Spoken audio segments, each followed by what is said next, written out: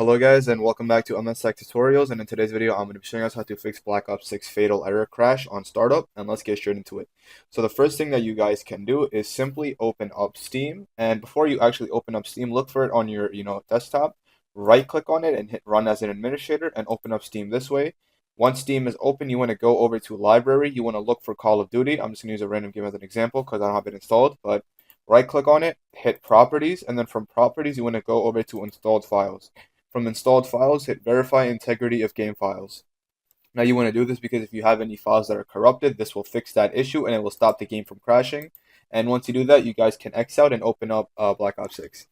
Another method you guys can do is simply restart your PC, and you can also restart your Wi-Fi connection as well. And you can always use an Ethernet cable instead of a wireless connection because that does tend to help as well.